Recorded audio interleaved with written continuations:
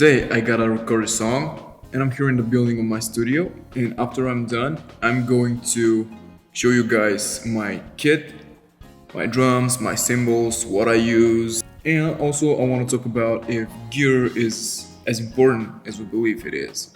Stay with me.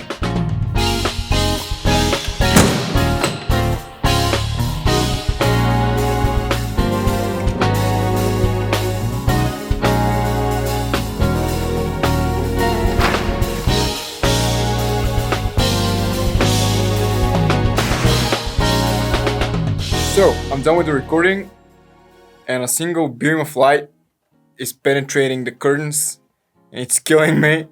So, let's get to the tour of the kit and hope that the sun will go down by the time I need to talk serious talk. So, as probably most of you guys know, I'm playing a pretty old set. This is Sonar 507 in jet black. It's pretty much about 12 years old. This is my first and only drum set that I have ever had. I'm planning on buying a new one, but I want to buy something nice, so I have to save up money, which, as you know, is pretty hard. So let's get to it.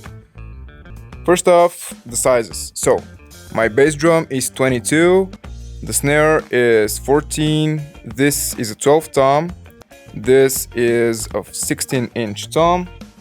I've got one more tom which is 13, but I just keep it as a spare one because I'm really comfortable playing like this with only one rack tom. So the heads that I'm using is currently on the bass drum, I'm using the Aquarian Force 1, which is pretty durable and pretty great, but I don't really like the tone, so I'll probably switch it back to Power Stroke 3 or something.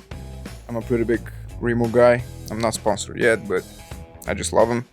So on my drums, I'm using on the snare, this is Remo X14 Ambassador. This, as far as I know, is a 2-ply coated heads without a dot, but it's pretty strong and it's just withstanding an enormous beating. And and the tone is so sweet when it's tuned properly. So on the toms, I have Remo Emperor coated because, again, I need durability. I'm a hard hitter, so I really like the sound and the punchiness of the clear one better, but these are more durable, so I don't have to change heads every month. On the hardware side, I'm using Tama Speed Cobra, but this is the 310 one because it was cheaper. It's half the price of the original one, the high end, so but it's doing the job perfectly. You know, it doesn't have the Cobra coil, but it's a longboard and it's actually pretty light and pretty fast pedal, so I'm pretty stoked on that. And as you can see, this is full of debris from my sticks. I try to clean as much as I can, but you know, we're playing metal. For tom resonant heads, I'm using Emperor Clears, and for the snare, I think I'm using an Ambassador. I'm not pretty sure. So, moving on to the cymbals. My cymbals are pretty much all over the place. I was using a full set of paste or Paiste, I don't know how it's pronounced, PST5, which are so durable. And I never broke a cymbal when I was using them, but the sound was pretty awful and they were, you know, the cheap side of B8. So I had to change them. So right now I've got, this is a 13-inch Sabian AX accelerator heads, and it's 13-inch not because I like it, but because it was secondhand and it was like new and it was pretty in a pretty mint condition, and the price was like half the price of a store one. So, you know, I figured might as well just play 13-inch because, you know, it's AX. So this one here is actually pretty awesome. It's Sabian again, B8X. It's a Splash 8-inch, and I thought that this is going to break pretty fast because, you know, it's more on the cheaper side and it's pretty thin.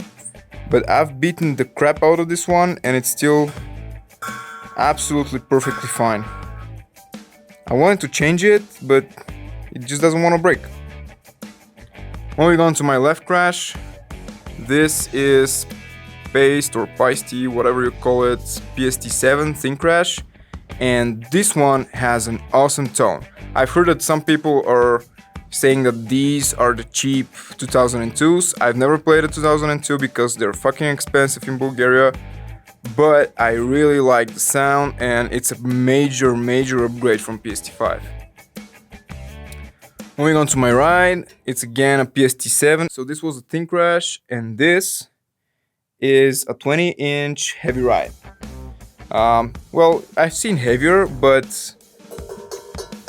for metal purposes it's pretty good. It has a lot of ping and it's decaying pretty fast, which is awesome for some tasty blast beats. On the right side, I've got a 19-inch crash, which is only crash. I'm pretty sure that this means medium crash or medium thickness. And I don't like the tone as much as the Thin Crash, but since it's thicker and I can lead on it and I can really lay down on it, it's doing the job perfectly.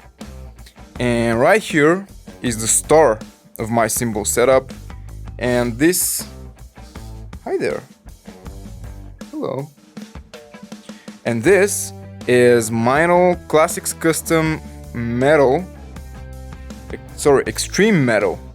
So it's 16-inch Extreme Metal China, and again, it's 16-inch, not 18, not because I like the size, but because in a local store it was with a heavy discount and it was brand new, but it was just like old stock. And yeah, never slam your ring against your cymbals. It's a big no-no.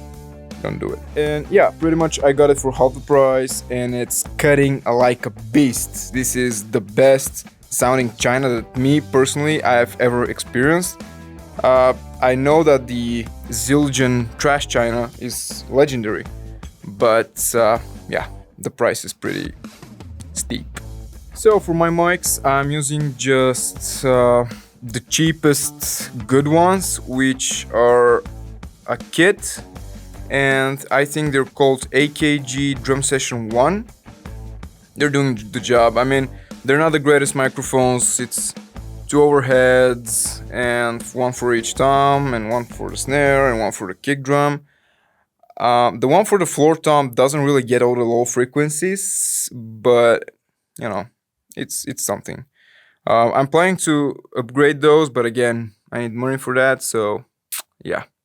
You can help me do it by going to Patreon and yeah, you know the drill.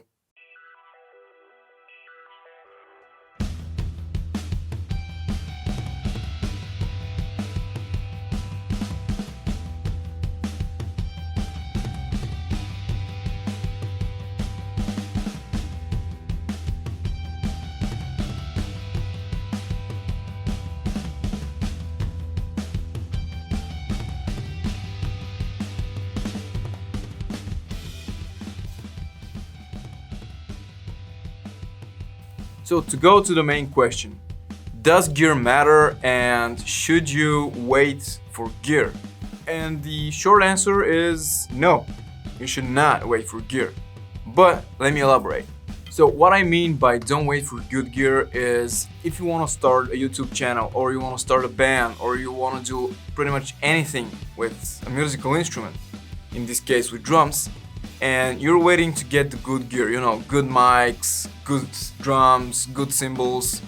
Well, depending on your situation, if you're waiting too long, you might as well wait forever. So what I suggest you is just start. Start with whatever you have. Start with whatever mics you have, whatever drums, heads, cymbals, sticks, whatever. Just start, just do it. And in time, you'll be able to get more and more gear and better gear. And if you start making money out of it, you'll be able to finance pretty cool stuff. But my point is just do it. You know, there's a lot of good musicians who think that they're not enough or they're not going to be appreciated just because they don't have a DW kit or they don't have the HHX or Byzance traditional cymbals. Yeah, gear does matter, and the better gear makes your life easier, but it doesn't make you a musician. So just do it. Also, another point that I want to make is playing with cheap gear and pretty much using cheap gear for whatever it is. Like this camera that I'm shooting on, it's a Canon M50. It's pretty cheap, like the high end of amateur cameras, and this is what I can afford. But does it stop me from making cool videos? I hope not. You tell me. What I want to say is make the most out of your gear, learn how to use it, learn how to tweak it, learn how to make it better. Learn some DIY hacks, and actually I strongly believe that if you learn to use bad gear, if you learn to drive an old car, and pretty much if you're able to perform your skills and to thrive in bad conditions, when you get to the good conditions, you're just going to be one pretty badass motherfucker. Well, that's it for today. This video is kind of shorter, but there's pretty much nothing else I can say about this topic. I don't mean to be annoying, but you know, I'm in the beginning of something as well, of this channel, this community, and I'm trying to make this a profession, so yeah, you know what I'm about to say. If you want to support me and if you want to help me do this, this is, by the way, the book where I'm writing the scripts for all my vlogs, because I'm old. I'm getting bold, and it sucks. So, as I said, if you want to support me, if you want to help me do this and upgrade my gear and make more quality videos for you guys to enjoy, go into the description of this video, check the links, you can click on Patreon, subscribe, become my patron, and if not, if you want to support me one time or just sporadic here and there, you can check my merch store. Currently, I have 2 models of t-shirts, and I'm working with 2 designers right now to get more designs for you guys. It's also linked in the description below, and if that's too much for you too, well, please at least consider subscribing to my YouTube channel, sharing this video, commenting, liking, because the algorithm likes that, and if the algorithm's happy, we're all happy.